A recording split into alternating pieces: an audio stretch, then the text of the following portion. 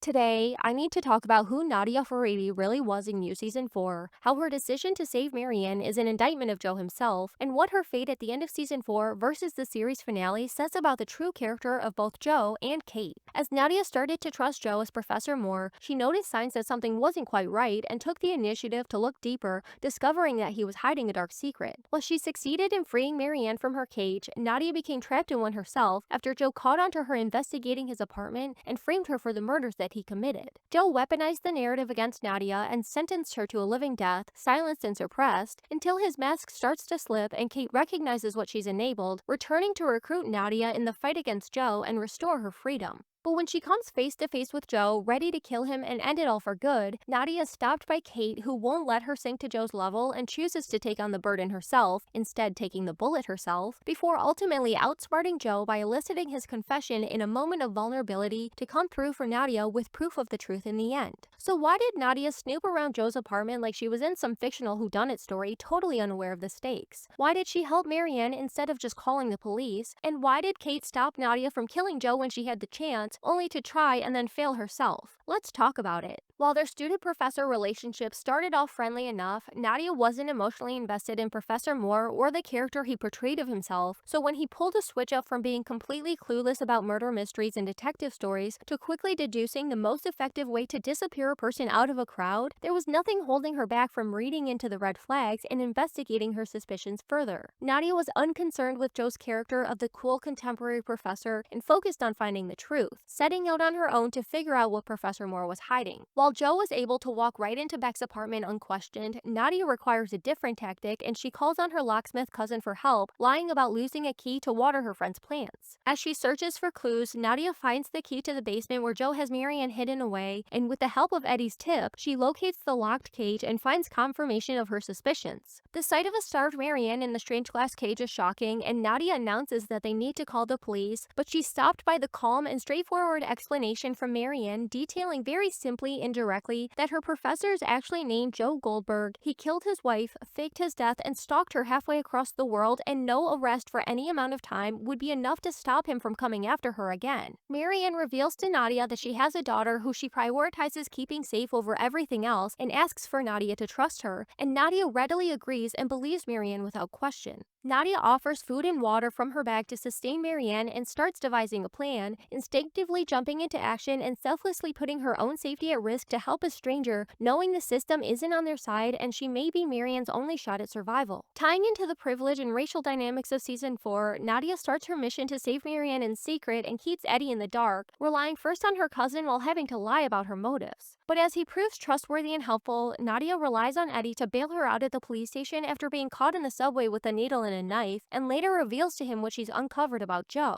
Nadia brings Eddie into her investigation, hoping to show him the cage to substantiate her story, but finding it already missing by the time that they return to the basement. Desperate for proof of Joe's crimes, the pair return to his apartment for Nadia to snoop around while Eddie stands lookout. As a casual, clean-looking white guy, he's unlikely to be noticed lingering on the street, but unfortunately, the same can be said of Joe, and combined, it goes entirely unnoticed when Joe appears and murders Eddie before Nadia returns from his apartment. Joe backs Nadia against a wall, falling between two cars as she trips over Eddie's dead body, and he carefully lays out how he's using his newfound wealth and power to frame her for his own crimes, weaponizing a biased system against her to silence her and allow his narrative to overwrite her story. Leaving Nadia to be caged for his kills as punishment for her investigation and pursuit of the truth and nothing but the truth can be read at the time as a case of curiosity killed the cat. But 3 years later, satisfaction brought it back, and the full story of Joe's London affairs revealed to Kate are the key to free Nadia from her prison and allow her to start on the path of reclaiming her voice. The pair team up and plan to take down Joe, with Nadia coming to the same conclusion that they need to kill Joe as she did with Marianne years before. Kate seemed less convinced, having recently reckoned with the fallout of Bob's murder and her own refusal to become like her father. When Joe lures Kate back to New York, he thinks he's taking on his wife and believes he's one step ahead as he tracks her earbuds because he's boring and basic and predictable and entirely unaware that he's walking into a narrative constructed by Nadia. Having the power and privilege of Kate on her side, Nadia is given the chance to confront Joe and undermine redefine his character with the reveal that she saved Marianne from right under his nose.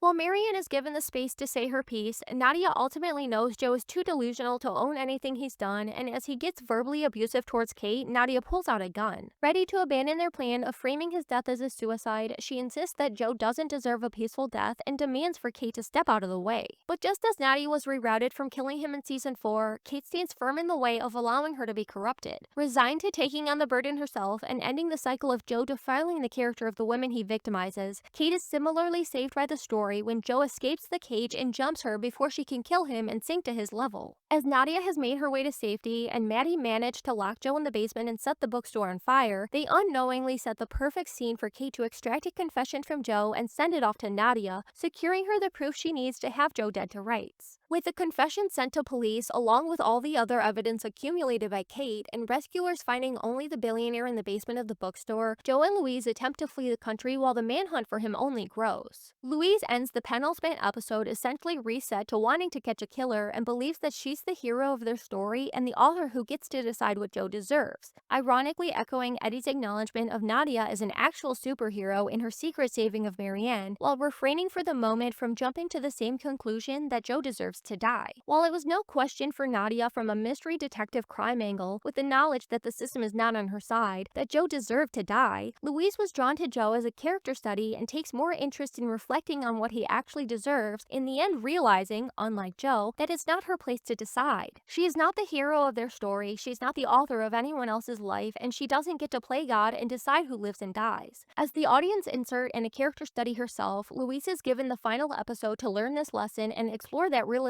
in a way that doesn't quite work through Nadia. But make no mistake, Louise is not the one to bring down Joe. That was Nadia, and Kate, and Marianne, and Maddie, and Karen, and Candace, and Beck. Joe's downfall is so much bigger than Bronte, being set in motion by Nadia's selfless act of getting involved to save Marianne and believing her when she warns against calling the police, which is something they cannot do because it's season 4, episode 8, and just call the police is boring as fuck. Next, you're gonna try and tell me that there should have been an episode of boring bland courtroom scenes instead of a rich and emotional trial of the Furies. Oh.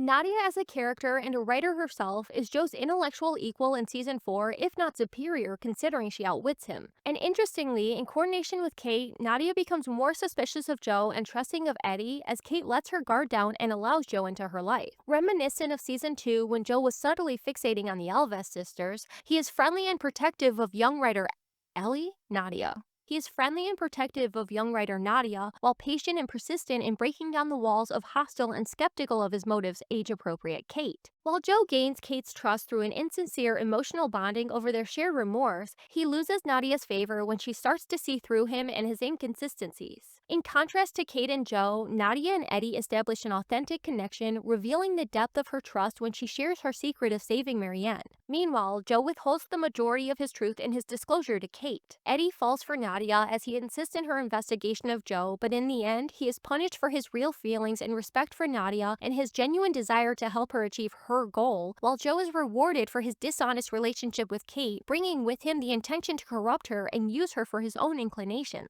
As Joe bookends season 4 by hiding away the truth to avoid accountability, first with Marianne and then with Nadia, he plays out his fantasies with Kate, who lives in a blissful ignorance and comfort, while Marianne lives hidden in fear and Nadia spends her days in jail. When the fun of the fantasy wears off and Joe gets bored, his dishonesty starts to expose itself and Kate clocks the inconsistencies in his character, and as her suspicions grow, she seeks out the truth. Sound familiar? It should, because it leads her to Nadia, the truth that Joe tried to bury. But secrets do not stay buried. Kate frees Nadia and they put Joe on trial in the basement of the bookstore, exposing him in the cage once again and challenging his idea of himself as a savior with the reveal that Nadia legitimately did save Marianne, but ultimately finding him guilty as ever and unable to confess and face the truth. Until it seems there is nothing left to lose, and Kate leads Joe into correcting her that he killed Love in a secretly recorded confession that she sends off to Nadia. The message is passed along to the police, which triggers the manhunt that enables the quick and overwhelming response to Bronte's 911 call, because it's season 5, episode 10, we've secured the truth.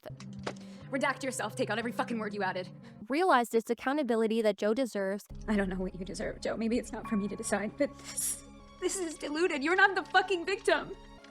I'm calling the cops now. This is over. This has to be over. You're gonna spend the rest of your life in jail. And exposed him for the violent misogynist that he is. There it is. There it is, Joe. That's the real you. You're him. You are the bad thing. You're a murderer, Joe. You are a fucking abuser. It was you. You're the monster. Pathetic misogynist. So it's finally time to call the police. While Louise had the honor of making the call and taking the shot, Joe's final downfall was an intergenerational, intersectional, woke, feminist, girl power team effort, and that's beautiful. I mean this genuinely, that's how change happens. As Joe tried to silence and cage an innocent and good-hearted Nadia, he faces the poetic justice of being stripped of his narrative control and locked away with the loneliness of his thoughts, while Nadia is free to return to her love of writing and use her voice to teach and empower other women. This ending is made possible by Kate letting go of Joe's fantasy and leaving her comfortable life to face the uncomfortable reality of the injustice left in his wake and use her privilege and power to uplift Joe's victims and work together to bring him down. Compare this to our other wealthy white lady Love, who chose to believe Joe's lies over Candace when the police had already failed her before, and then killed Delilah and Natalie after they were targeted by Joe. Love rejected the truth when it came to her door and bought into Joe's worldview, becoming an active participant perpetuating violence. She wants to believe in the fantasy of Joe, so Love chases her idea of a happily ever after as Delilah is left dead in the cage and she plans to falsely frame Ellie for Joe's crimes. But it doesn't matter how much Love allows Joe to overwrite her, it will never be enough, and Joe has been ready to kill her since he tricked her into the cage. While Love's pursuit of a fairy tale ending with Joe directly upended the lives of the Elvis sisters and landed Marianne in his crosshairs, Kate's return to New York and romance with Joe live in the blissful ignorance of not knowing the harm that he's done. Kate covers up his murder of Reese, believing that her father made him do it, but considers it no further in favor of letting dead things lie. She gets to remain oblivious to the cruelty and abuse that she allows Joe to leave behind, as Marianne is left dead in the cage and Nadia is falsely framed for his crimes, and thanks to the help of Cynthia, Kate is none the wiser, until she wakes up, seeks out the truth, and by the gift of God, she sets out to right Joe's wrongs and undo the harm that he's done. Yeah, did you know Teddy, Theodore, means God's gift? Gift of God? Practically divine intervention right here. All I see is you managing a crisis, protecting yourself, while that son of a bitch is walking free. Stop making excuses. Do something. Kate Lockwood visits Nadia in prison and has her conviction overturned the same day. After Nadia's family spent all of their savings on appeals and the stress of the trials killed her father, Kate seems to think she can just swoop in and save the day. And she can, because she has the power to do so and she's in the position to share it. Nadia and Marianne were far more limited in their options facing Joe in season 4 and settled for survival, while Kate has the resources to uplift Nadia and amplify her voice, utilizing her narrative constructing strength to take on Joe, backed by the manpower to trap him in their cage. Where Joe silenced women and subsequently got off on corrupting them, Kate restores autonomy to Nadia while saving her from sinking to Joe's level and coming through for her in the end, as Lady Phoebe assured that she would. Because it turns out the way to stop Joe is to form a women-believing women girl-boss sisterhood. Oh, and the real meaning of Nadia is hope. Like, thematically, and the name Nadia actually means hope. Brilliant. Beautiful. I love that.